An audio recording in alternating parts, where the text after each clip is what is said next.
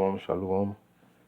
À Matthieu 23 et 13, il est écrit: Malheur à vous, scribes et pharisiens, hypocrites, car vous fermez le royaume du ciel aux hommes, car vous n'y entrez pas vous-même, ni permettez à ceux qui entrent d'y entrer. Tout d'abord, je me rends gloire hommage à Yahweh Ba'ashim, Yahusha Ba'ashim, Chakodash. Shalom aux élus du bonheur et respect aux apôtres et aux aînés de Great Millstone. Et salutations aux croyants et aux croyantes. Si frère Amos, back avec une autre leçon inspirée de Yahbashim Yahusha. Alors, ceux qui n'ont pas encore entendu la nouvelle dans la nation d'Israël, la nouvelle est que les autres camps, en particulier un camp en particulier que je n'ai pas obligé de nommer, fait la promotion de l'adultère. Fait la promotion de l'adultère. Chose, ça veut dire qu'il fait la promotion d'égarer les brebis d'Israël et de les amener directement à la boucherie, car sachant très bien que l'adultère est une chose, un péché capital, selon les lois de Yahweh Shimashah, notre Seigneur et Sauveur. Vous pouvez les reconnaître par leurs fruits, c'est un verset qui est biblique. Vous pouvez reconnaître les faux prophètes par leurs fruits. Et même là, je vais vous dire un indice, ces faux prophètes-là, ils portent des lunettes fumées, donc ils essaient de cacher leurs émotions derrière leurs émotions diaboliques derrière des verres, derrière des lunettes fumées. Alors, si vous faites 1 plus 1, vous allez voir de quel groupe de faux prophètes que je vous parle.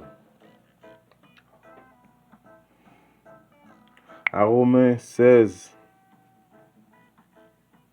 et 17, il est écrit: Maintenant, je vous implore, frères, notez ceux qui causent des divisions et des offenses contraires à la doctrine que vous avez apprise et évitez-les. Dans toutes les doctrines, l'évangélisme, il y a tellement de références en sorte que Yahweh Shimashai suggère la peine capitale pour l'adultère. Même roi David, quand il avait commis l'adultère, a été puni pour avoir commis l'adultère. C'est une chose paisible de la capitale, de la mise à mort. Éventuellement, Yahweh Shimashah a eu pardon pour roi David. Il ne l'a pas condamné à mort, mais éventuellement, il a payé pour énormément pour cet acte diabolique qui est l'adultère. Je vais continuer à Romains 16, 18. Car ceux qui sont tels ne servent pas notre Seigneur Yahweh Shimashah. Alors ceux qui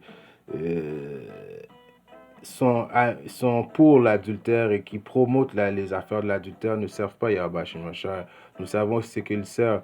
Ils servent le diable. Ils servent le diable, le démon.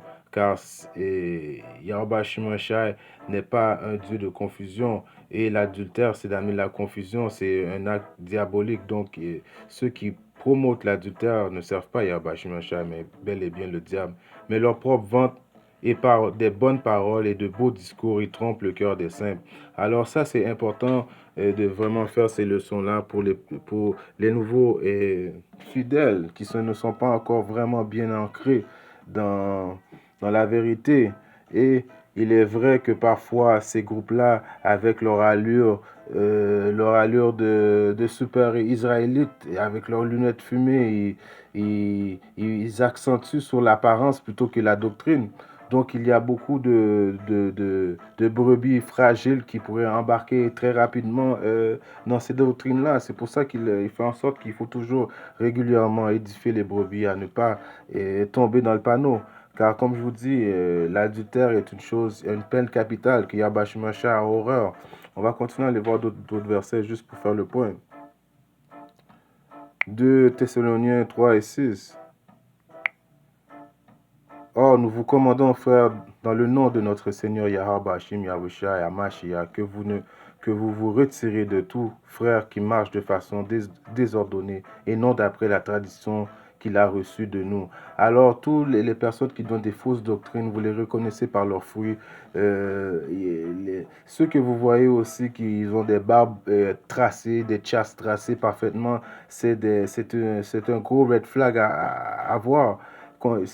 Vous allez les reconnaître par leurs fruits. Et si vous êtes assez euh, encimenté dans la doctrine depuis au moins un an, vous pouvez voir par vous-même que la- la- les- les- le vrai camp qui parle les 100% vérité, c'est le GMX de Great Millstone, commençant par les apôtres et les aînés de Great Millstone, car c'est le seul camp qui est toujours en train de réprimander les infractions des autres camps.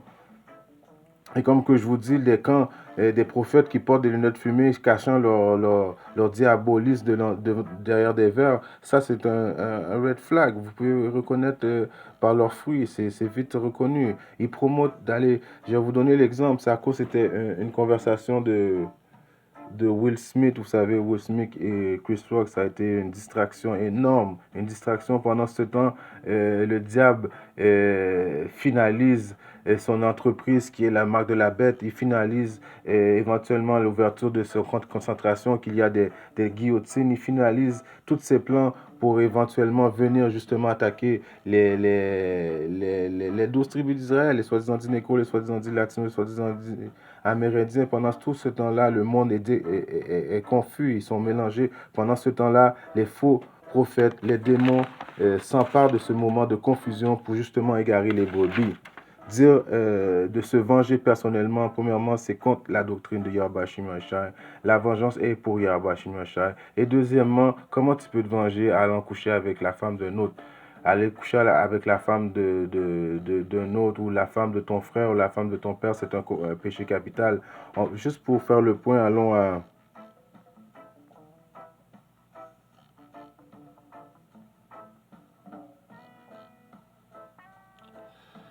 euh,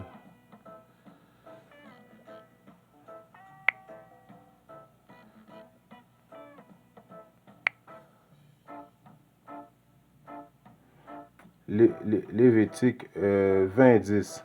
Et l'homme qui commet adultère avec la femme d'un autre homme, c'est-à-dire celui qui commet adultère avec la femme de son voisin, l'homme et la femme adultère se seront avec certitude mis à mort. Alors vous voyez, c'est carrément le mise à mort. Quand éventuellement, comme je vous dis, quand le royaume de l'Éternel va savoir euh, va être sur la terre à jamais, ça va être une capitale de mise à mort éventuellement. Et ça va revenir comme dans les temps anciens, car cette loi a toujours été là, omniprésente dans le milieu de la nation d'Israël. Et aujourd'hui, de voir que maintenant, les faux prophètes, les diables qui se cachent derrière des lunettes fumées, promotent l'adultère, veulent vraiment que les brebis n'atteignent pas le royaume de l'Éternel. Donc il faut les marquer. Encore, je continue. Et l'homme qui couche avec la femme de son père a découvert la nudité de son père. Les deux seront certainement mis à mort. Leur sang sera sur eux. Alors ça, c'est un exemple. C'est un exemple depuis même dans le temps de Noé. Ham a payé pour avoir vu son père nu. Genève 9 et 22. Et Ham, Cham, père de Canaan, vit la nudité de son père et rapporta ses frères à ses deux frères dehors. Et Shem, nous venons, les Israélites, nous venons de Shem. Et Japhet prirent un vêtement et le posèrent sur leurs épaules et allèrent à reculons et couvrirent la nudité de leur père. Et leur visage était tourné en arrière et ils ne virent pas la nudité de leur père. Alors juste voir la nudité de son père, c'est un péché grave, un péché, un crime capital. Et Ham qui a vu justement Noé et son père nus, alors, il rapporta ça à ses frères, mais ses frères n'ont pas embarqué dans ce piège, donc ils ont couvert leur père et ils se sont reculés pour ne pas avoir sa nudité. Qu'est-ce qui est arrivé à Ham jusqu'à aujourd'hui? Si on va voir à 25. Et il dit, maudit soit Canaan, il sera serviteur de ses serviteurs de ses frères. Puis il bénit soit le Seigneur Yahweh Hashimasha, Dieu de Cham, et Canaan sera son serviteur. Et Dieu élargira Japhet, il demeura dans la tente de Shem, et Canaan sera son serviteur. Alors jusqu'à aujourd'hui, vous voyez, éventuellement nous allons posséder la terre de Canaan. Ça aussi, c'est un dérivé de le péché qu'il a fait en voyant son père nu. Et puis le coucher avec la femme de son père. Qu'est-ce qui avait arrivé avec cette situation-là quand justement le frère de, du roi Salomon avait demandé de coucher, d'avoir la femme de son père quand son père est mouru. Soit en allant voir un roi 2 et 22. Commençons à 22. Et le roi Salomon non, je commence à 21. 20. Puis elle dit, je désire une petite requête de toi. Je te prie, ne me dis pas non plus. Et le roi lui dit, demande ma mère, car je ne te dirai pas non. Elle dit, qu'Abishag, la Shunamite, ça c'était une compagne que le roi David avait, une jeune compagne que le roi David avait dans les temps qu'il était malade, qu'il était sur le point de mourir. Et il n'a jamais même pas couché avec elle. Soit donnée pour femme à Adonijah. Adonijah est le frère de Salomon. Et le roi Salomon répondit et dit à sa mère, et pourquoi demandes-tu à Abishag, la Shunamite, pour Adonijah? Demande aussi pour lui le royaume, car il est mon frère aîné, et même pour lui et pour Abiatar le prêtre et pour Joab le fils de Zeruah. Alors le roi Salomon jura par le Seigneur Yahweh, disant que Dieu me fasse ainsi, et plus encore si Adonijah n'a pas prononcé cette parole contre sa propre vie.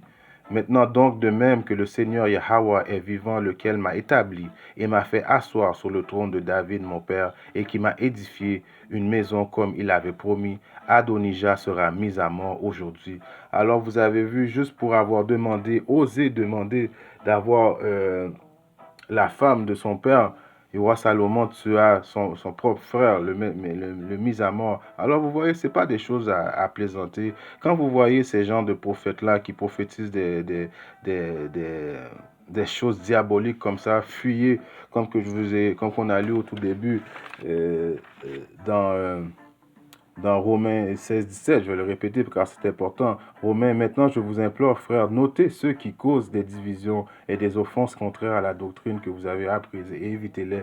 Alors, automatiquement que vous voyez ces fruits-là, vous devez les éviter car éventuellement, c'est votre vie qui est en danger. Nous, les optimistes élus, les prophètes, nous prophétisons justement pour essayer de sauver la vie des brebis égarées. Mais si le brebis égaré a été averti des faux prophètes et puis il est, euh, euh, il admire soit l'aspect charnel des faux prophètes, donc qu'il accepte à, il accepte d'ouvrir son esprit à ces prophètes diaboliques, alors le sang est dans votre main et non dans la main des prophètes.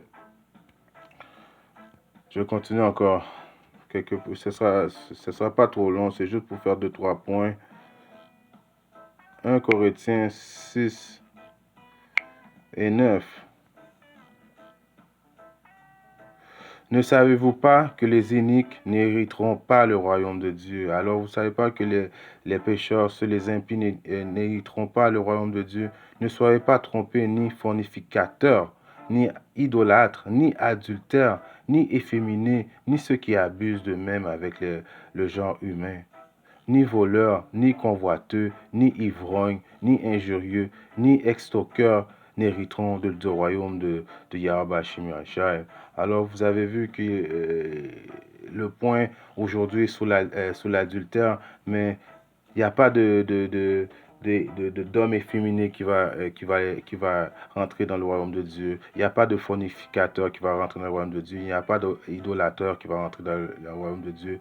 De voleurs, de convoiteux, d'ivrognes, injurieux, estroqueurs, fraudeurs n'hériteront pas du royaume de Yahweh Shemashai. Quand c'est un royaume de lumière, c'est un royaume pour le monde juste et droit qui craint Yahweh Shemashai. Et de toute façon, toutes les efféminés, tous les idolâteurs, tous les adultères, s'ils ne changent pas, le plus vite possible, car la porte est encore ouverte, mais très bientôt elle va être fermée. Et si vous ne changez pas le plus vite possible, vous allez mourir dans le feu dans les 200 millions de bombes nucléaires qui vont s'attarder sur les États-Unis, éventuellement, il y a des feux qui vont venir vous pourchasser, des chariots de l'Éternel, des soi-disant UFO qui va vous traquer pour vous tuer.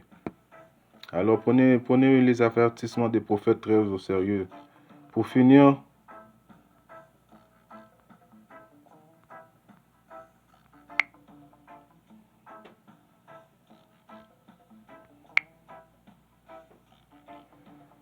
Lévitique 18:20. De plus, tu ne coucheras pas charnellement avec la femme de ton voisin pour te corrompre avec elle, et tu ne laisseras aucun de ta semence passer par le feu. Non, c'est lequel.